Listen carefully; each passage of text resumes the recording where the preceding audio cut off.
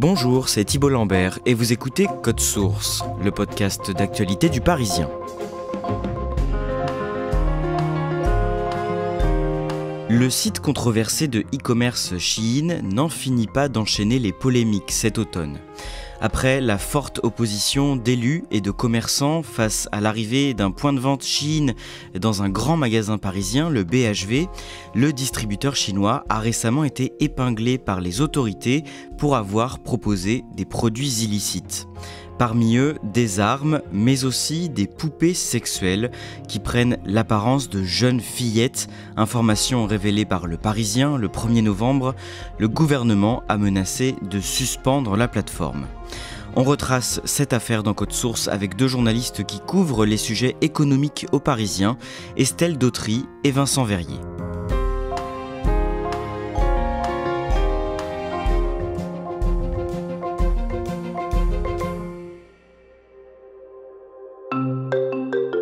Estelle Dautry, pendant le mois d'octobre, alors que le distributeur Shein fait beaucoup parler de lui en France, vous récoltez pour Le Parisien les confidences d'une ancienne accro à la plateforme. Alors qui est cette jeune femme et qu'est-ce qui lui est arrivé ? Anna, c'est une trentenaire parisienne. En 6 ans, c'est-à-dire entre 2018 et 2024, elle a dépensé un peu plus de 1 000 € sur Shein. À ce moment-là, elle me dit qu'elle gagnait assez mal sa vie et elle achetait vraiment de tout à tout petit prix. C'est le principe du site. Donc elle achetait des vêtements, des déguisements, des lunettes colorées pour mettre en soirée. Elle achetait des paillettes, des objets de déco et puis plein de petites choses qu'elle offrait à ses amis. Elle se dit pas qu'il y a un souci avec ce site. Elle est au contraire très fière quand on lui fait des compliments sur ses vêtements, qu'on lui dit « Waouh, où est-ce que tu as trouvé ce beau t-shirt ?» À un moment, elle commence quand même à culpabiliser, à se dire que c'est pas normal d'acheter des choses à si petit prix qui viennent de l'autre bout du monde. Donc elle arrête complètement d'acheter sur Shein et là ça va faire 1 an qu'elle a arrêté, qu'elle s'est sevrée de ses achats. Est-ce que les Français fréquentent beaucoup Shein aujourd'hui ? Oui, Shein, c'est plus de 20 millions de clients en France. Selon Bercy, 1/3 des Français a acheté sur le site durant ces 6 derniers mois. Donc vraiment, c'est un site qui est en explosion depuis plusieurs années. Et c'est un site qui est très consulté. Dans le dernier classement de Médiamétrie, il apparaît entre Netflix et Spotify dans les sites les plus consultés en France. On a déjà consacré 2 épisodes de Code Source à Shein, mais rappelons très rapidement de quoi il s'agit.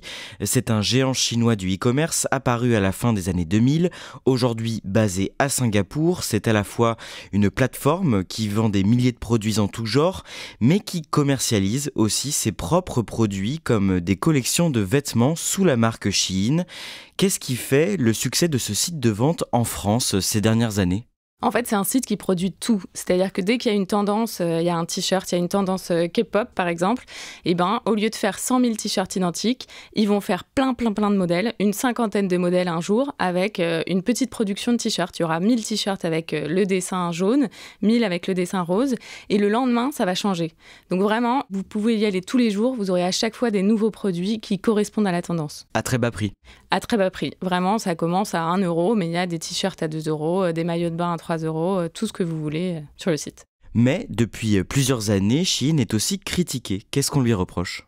En fait, il y a la condition de travail déjà, parce que pour vendre un t-shirt à 2 €, ça veut dire que l'ouvrier derrière dans l'usine chinoise, il n'est pas très bien payé, voire même payé catastrophiquement. Et il y a aussi les conditions environnementales. En plus d'être des matières pas terribles, c'est des millions de colis qui sont envoyés dans le monde entier chaque jour, et ça pollue énormément. Ensuite, il y a aussi la surconsommation, parce que comme c'est à très bas prix, on peut acheter 10 t-shirts qu'on porte chacun une fois, voire qu'on porte jamais et qu'on jette à la poubelle derrière. Shein est dirigé par Donald Tang, un milliardaire sino-américain qui est arrivé à la tête du site en 2020. Qu'est-ce qu'on sait de lui ? Donald Tang, c'est le mythe du milliardaire à l'américaine. Il quitte Shanghai très jeune parce qu'il suit sa petite amie à Los Angeles, qui émigre avec sa famille. Lui, il a des parents qui étaient professeurs d'université. Il s'inscrit à la fac aux États-Unis pour payer ses études. Il travaille dans un restaurant, il fait la plonge tous les soirs. Il a du mal à s'intégrer.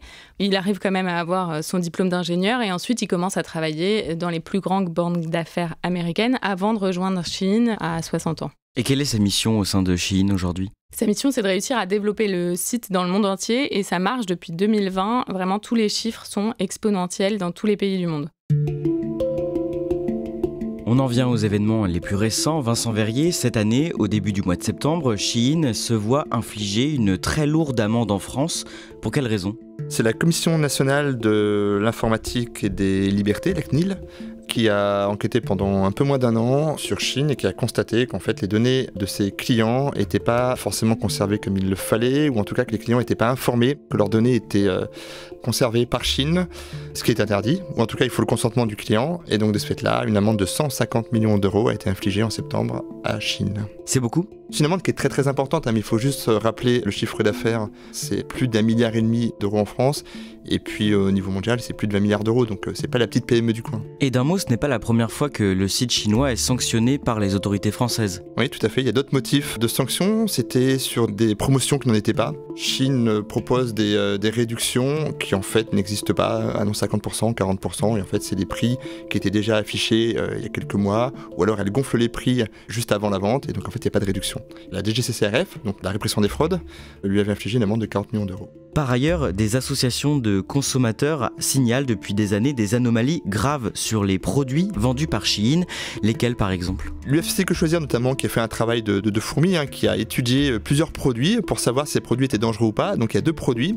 Il y a à la fois les jouets qui sont vendus sur la plateforme Shein. Ils ont testé plusieurs produits et 100% de ces produits testés par l'UFC Que Choisir ne respectaient pas les normes européennes, étaient dangereux pour les consommateurs. 100% des produits testés.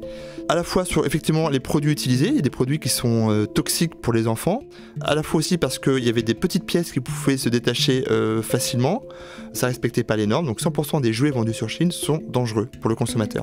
Il y avait également des chargeurs de téléphone qui ont été testés, là le chiffre est tout aussi important, on a 90% des produits testés qui sont dangereux. C'est-à-dire que quand vous achetez un chargeur sur Shein et que vous l'utilisez, il y a un risque qu'il puisse par exemple mettre le feu à votre habitation. Le 1er octobre, le groupe SGM, propriétaire du BHV à Paris, annonce que Shein va occuper plus de 1000 m² de son célèbre magasin à partir du mois de novembre.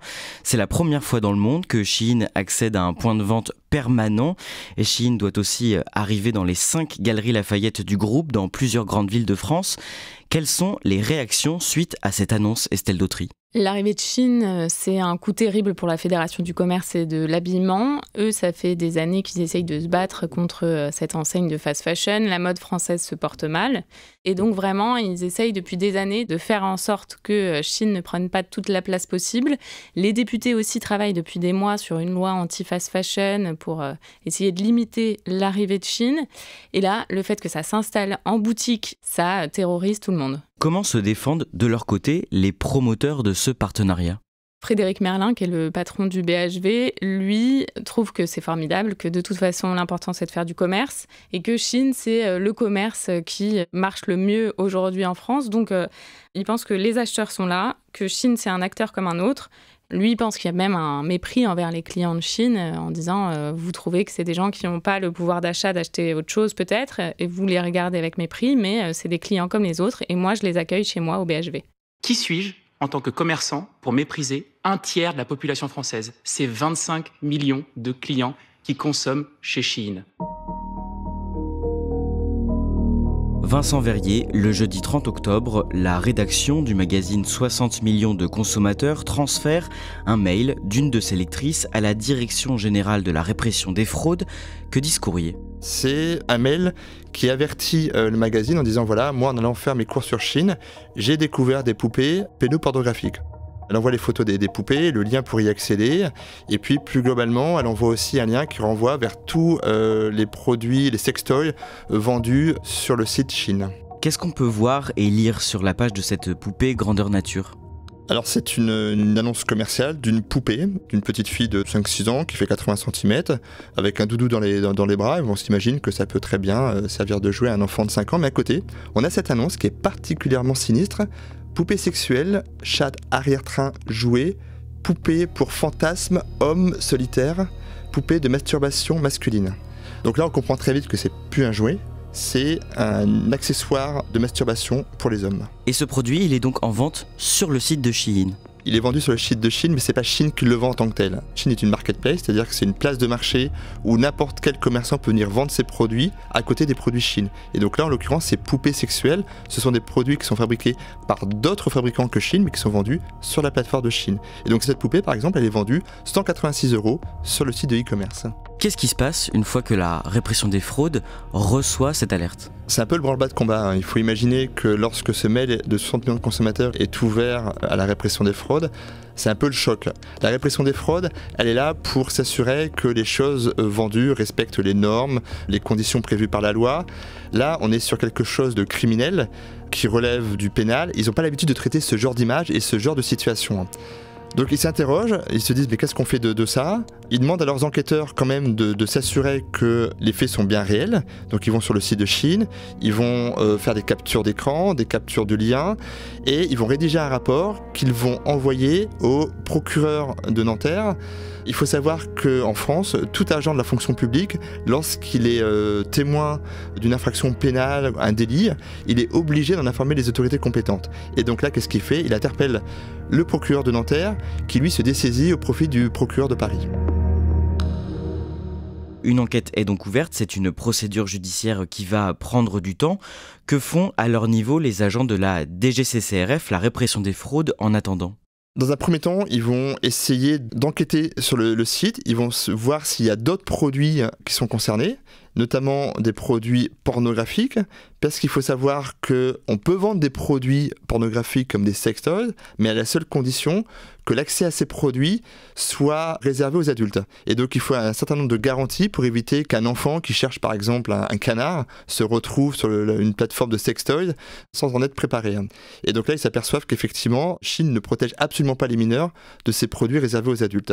Donc ils vont pareil rédiger un rapport où ils vont mettre tous les griefs qu'ils ont contre Shein et ils vont envoyer ça à Shein en lui demandant de mettre fin aux troubles, c'est-à-dire de prendre des mesures qui vont à la fois consister à retirer les produits, on va dire criminels, comme les poupées pédopornographiques, mais également faire en sorte que les pages réservées aux adultes, notamment les sextoys, soient véritablement réservées aux adultes, en mettant des barrières où on demande l'âge, où on demande la carte d'identité, des choses comme ça. Et tout ça se passe en seulement quelques heures, c'est ça ? Ils enquêtent le vendredi et ils avertissent Shein le lendemain, le samedi.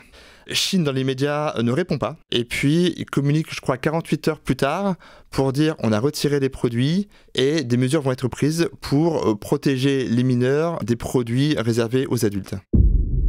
Le samedi 1er novembre, Vincent Verrier, vous révélez cette alerte dans Le Parisien et l'information fait l'effet d'une bombe. Elle provoque une pluie de réactions indignées. Le géant chinois du commerce en ligne est accusé de vendre des poupées à caractère... La vente en ligne d'une poupée sexuelle dont les traits sont ceux d'une petite fille. On publie l'article le samedi soir sur le net et le dimanche matin dans notre journal et c'est pas possible. On touche à l'enfant. Donc là c'est un peu la goutte d'eau qui fait déborder le vase. Les ministres aussi qui s'en emparent en disant qu'il faut réglementer cette plateforme et on tourne un petit peu autour du pot et là on dit c'est pas possible, on peut pas laisser passer ça. Bien sûr il y a les journalistes mais également le quidam de la rue qui voit cette photo qui circule partout sur les télévisions et qui disent on peut pas continuer comme ça. C'est clairement une honte. J'ai l'impression qu'en fait y a jamais de fond quoi à être choqué par ce qui est fait. À un moment donné il faut dire stop face à des entreprises comme celle-là qui ne respectent absolument rien. Au lendemain de cette révélation par Le Parisien, plusieurs médias, dont notre journal, révèlent que Shein vend d'autres objets illicites. Lesquels ? Des armes de catégorie A. Quand on dit armes de catégorie A, ce sont des poings américains, ce sont des machettes qui sont normalement interdits à la vente sans contrôle. C'est-à-dire qu'en France, on peut vendre des armes, mais sous contrôle, il faut des permis, etc. Là, c'est vendu sur un site accessible à tout le monde, sans contrôle. Donc ça, c'est interdit. Et pareil, cette information crée un certain émoi parce que dans les armes vendues, il y a une machette. Et cette machette, c'est l'arme qui a été utilisée dans une affaire qui remonte en début d'année, au mois de janvier 2025, dans lequel un enfant de 14 ans a été tué par d'autres mineurs avec une machette de ce type. Donc assez rapidement, cette nouvelle révélation vient rajouter, on va dire, un peu l'horreur à l'horreur. C'est-à-dire que non seulement on ne protège pas nos enfants des agressions sexuelles, mais en plus, cette plateforme vend des armes qui potentiellement peuvent se retourner contre les enfants. Estelle Dautry, comment réagit de son côté la direction du BHV qui se prépare à ce moment-là à ouvrir son étage réservé à Shein le 5 novembre ? Clairement, la direction du BHV est scandalisée. Ce que dit le patron Frédéric Marlin, c'est qu'il a réfléchi un moment à stopper le partenariat, mais qu'il a été convaincu par la réaction rapide de Shein, qui a donc assuré retirer tous ses produits. Nous condamnons particulièrement ce qui s'est passé. Shein a pris des actions, ils ont immédiatement retiré la marchandise. Eux-mêmes la condamnent. Shein eux-mêmes la condamnent. Ils sont en train de mener une enquête et cette enquête va être particulièrement menée avec fermeté et exigence.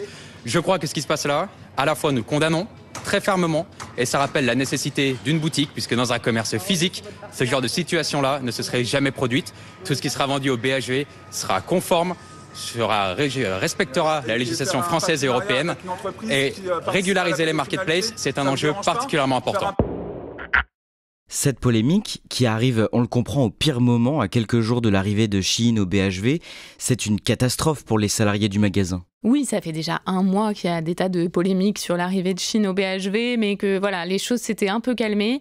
Là, l'affaire des poupées, c'est quelque chose qui est totalement inflammable. Tout le monde en parle partout. Tous ceux qui étaient contre l'arrivée de Shein au BHV le sont encore plus. Et en même temps, ils ne peuvent rien faire. C'est la décision de la direction. Donc là, ils ne savent pas, est-ce qu'il y aura des clients? Comment ça va se passer? Est-ce que réellement Shein va arriver? Est-ce qu'il y aura des manifestations devant le magasin? Est-ce qu'ils vont se faire agresser? Enfin voilà, ils sont quand même très inquiets. C'est une ambiance assez pesante. Sur instruction du Premier ministre, le gouvernement engage la procédure de suspension de Shein. Le mercredi 5 novembre, dans un communiqué, le ministère de l'économie annonce le lancement d'une procédure pour suspendre Shein en France. Sur ordre du Premier ministre, Sébastien Lecornu, le temps nécessaire pour que la plateforme soit enfin en conformité avec nos lois. Fin de citation. Vincent Verrier, le gouvernement prend donc ça très au sérieux ? Oui, parce qu'on est sur un sujet de protection des consommateurs. L'État protecteur en France doit protéger le citoyen lorsqu'il se balade dans la rue, mais doit également protéger le consommateur lorsqu'il achète un produit. Et là, cette plateforme, ça fait plusieurs mois qu'elle ne respecte pas les règles. À plusieurs reprises, elle a été sanctionnée. Et là, le gouvernement décide de frapper fort et le Premier ministre incarne cette réponse. Il dit stop, on arrête, on siffle la fin de la partie, maintenant on va prendre des mesures radicales. Pour autant, on découvre à ce moment-là que ce n'est pas si simple de faire fermer en France un site marchand mondialement connu comme Shein. Pour quelle raison ? Parce qu'en France, on est un pays de liberté, le commerce est libre. Donc on ne ferme pas un commerce comme ça. Il y a des règles, ça peut prendre du temps. Donc là, le gouvernement va essayer de trouver toute une série de mesures pour aboutir à son objectif, qui est à la fois de contraindre Shein de respecter les règles, et in fine, si ce n'est pas le cas, de suspendre la plateforme.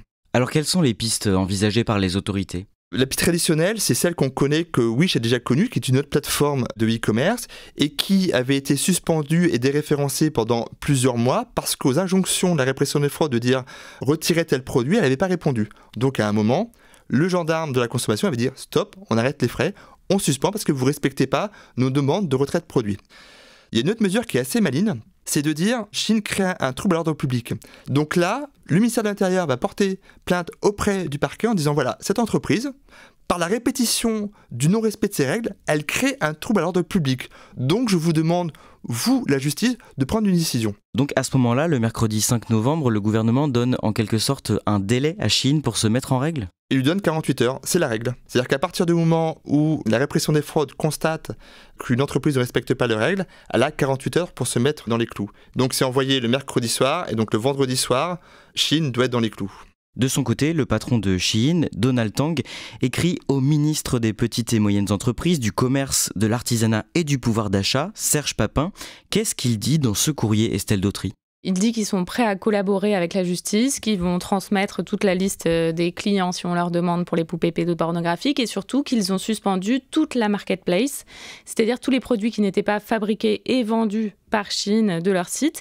Et ils ont même supprimé tous les objets, tout ce qui n'était pas vêtements réalisés par Shein de leur site. Donc à ce moment-là, quand on s'y connecte, il n'y a que les vêtements. Théoriquement, eux se protègent en disant « c'est bon, plus personne ne peut trouver un objet qui n'est pas aux normes, qui n'est pas censé être vendu, qui est interdit.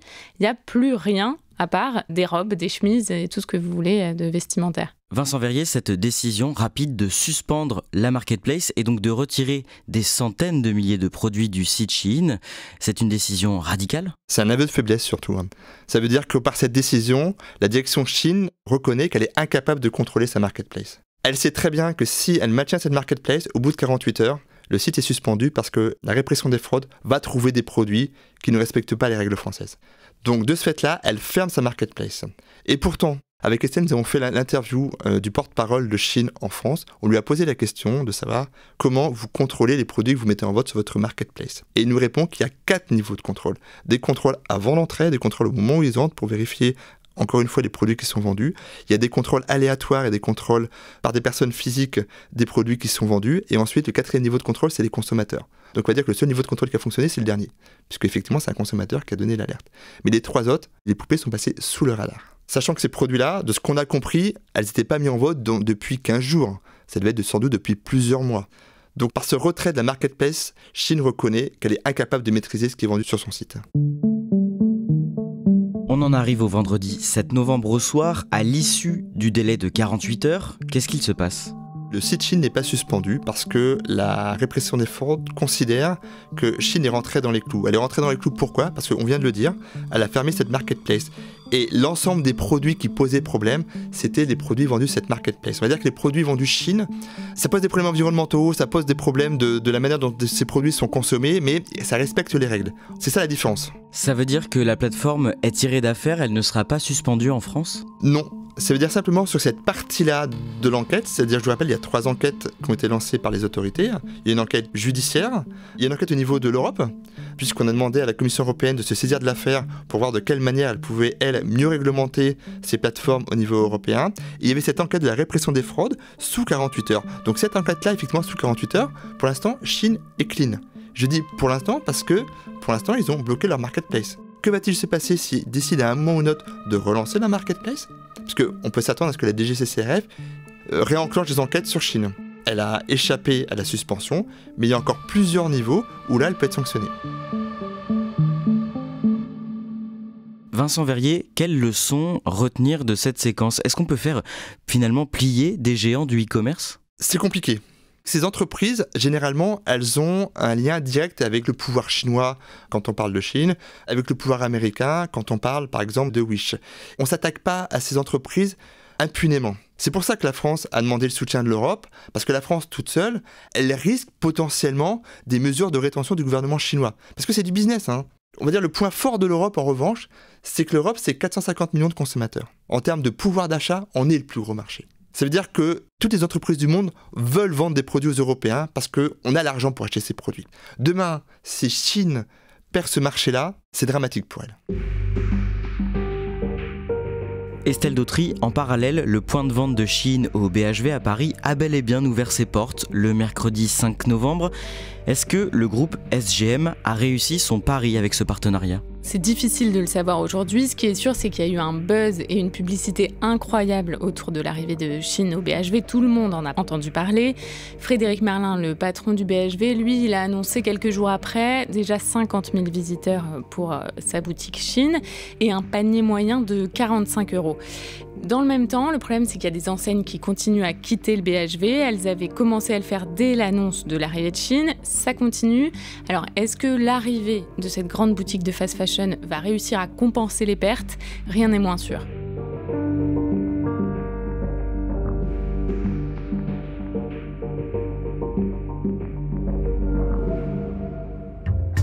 Merci à Vincent Verrier et Estelle Dautry.